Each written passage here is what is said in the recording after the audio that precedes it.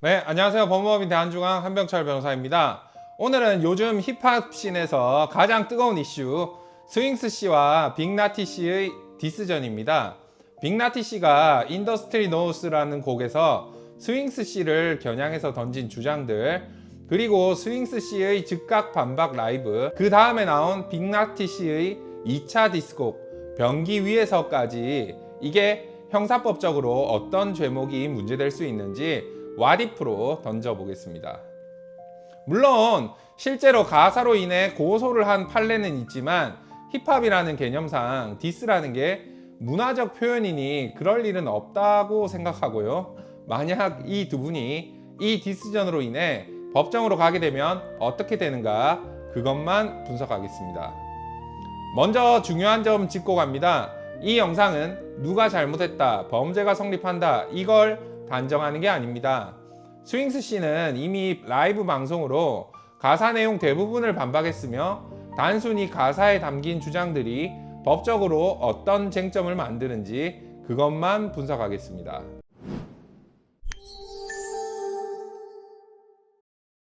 가사 내용부터 짚어볼게요. 빅나티 씨가 1차 곡에서 스윙스 씨를 향해 한 주장이 크게 세 가지입니다.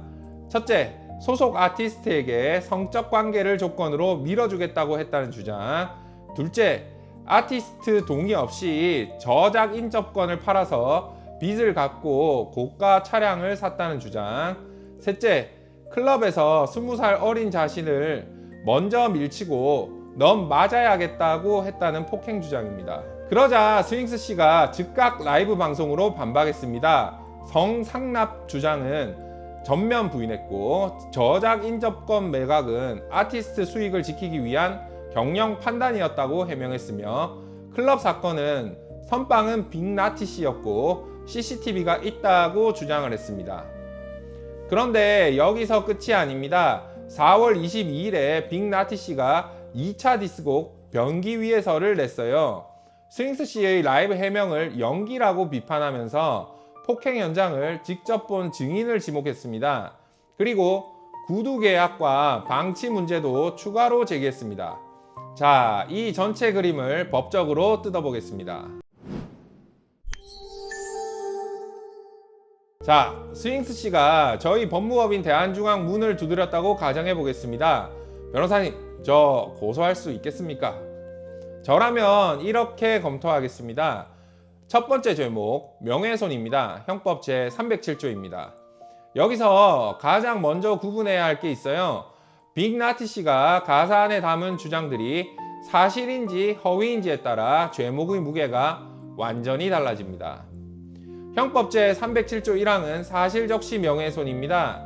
실제로 있었던 일을 말했더라도 그 내용이 상대방의 사회적 평가를 떨어뜨리면 처벌될 수가 있습니다.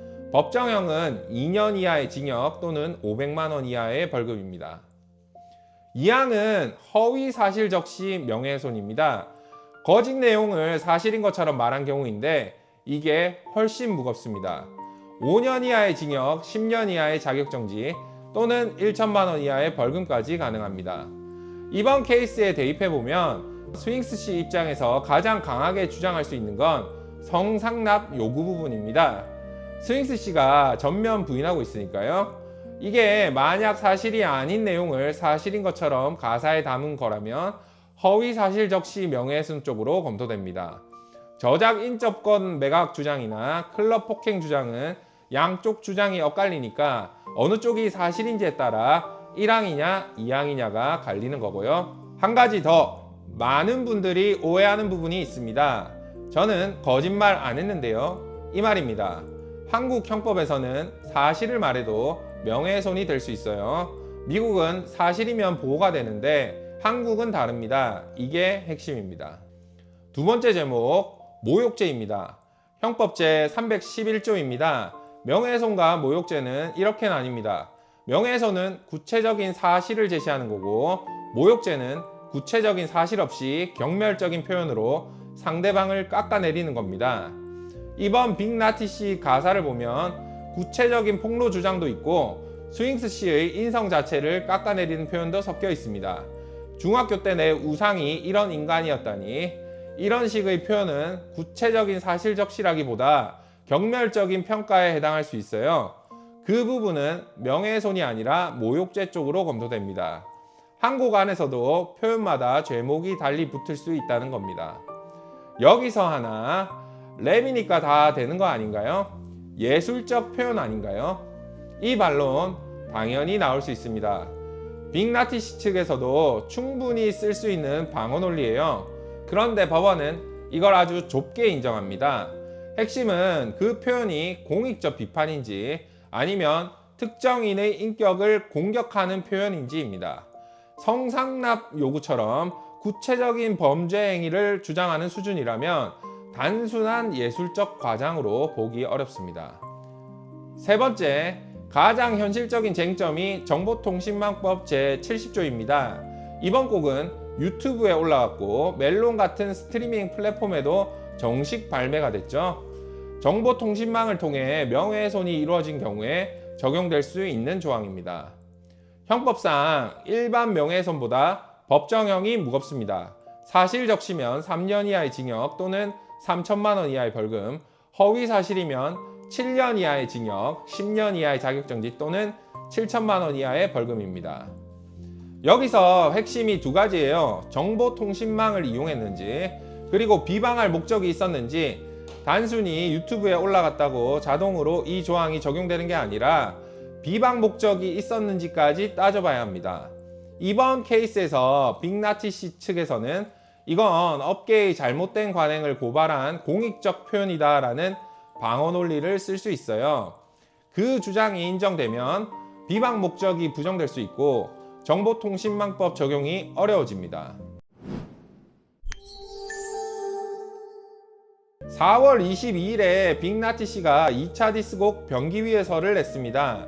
스윙스 씨의 라이브 해명을 연기라고 비판하고 폭행 현장에 있었다고 지목한 증인을 공개적으로 특정했어요.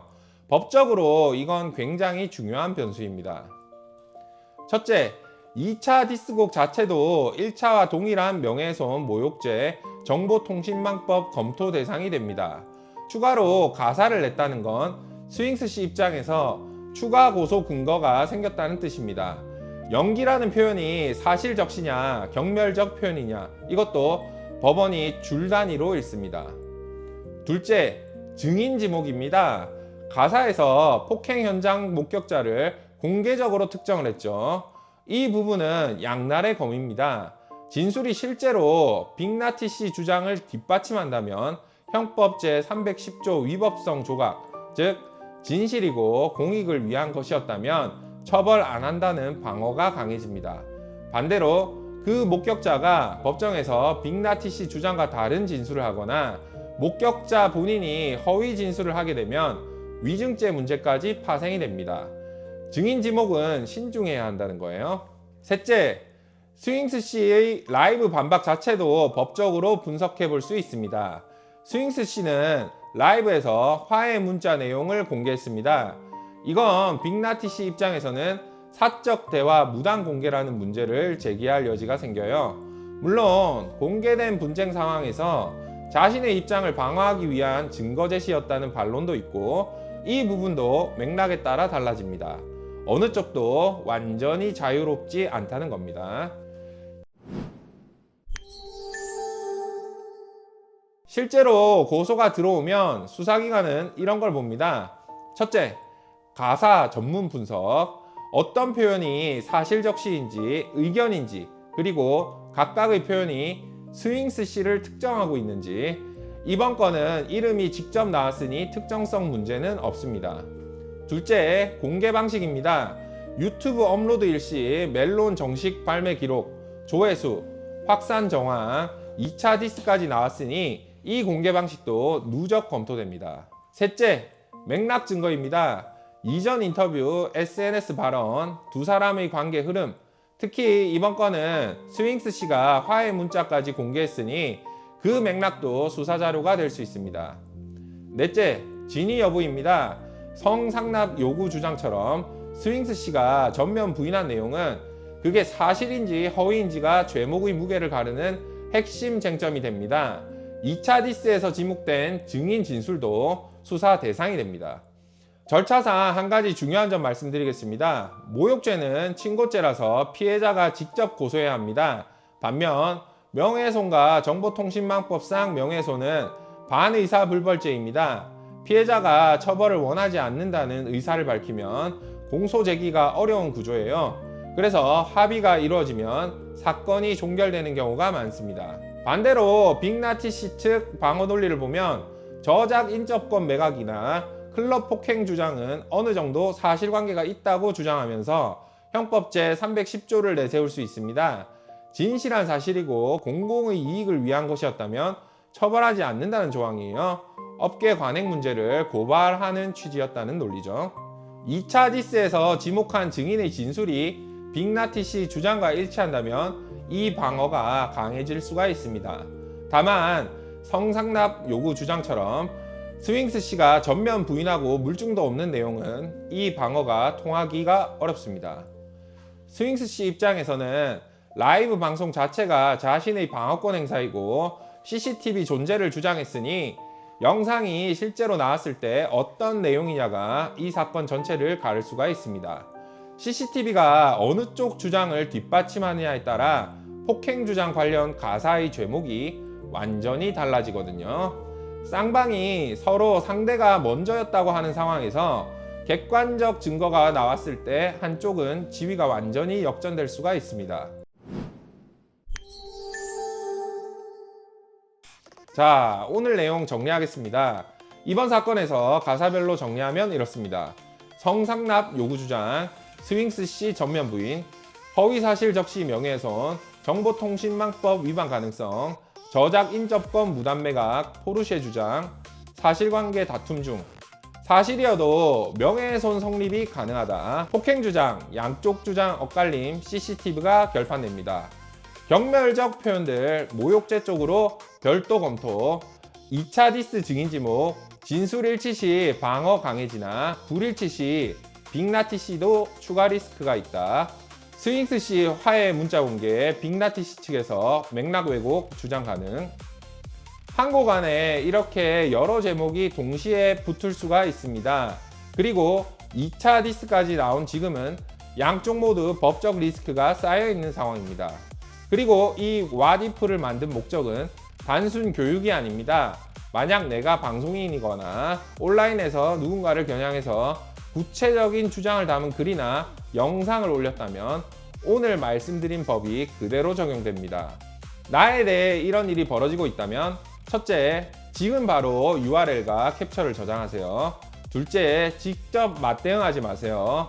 셋째, 빠르게 상담을 받으세요.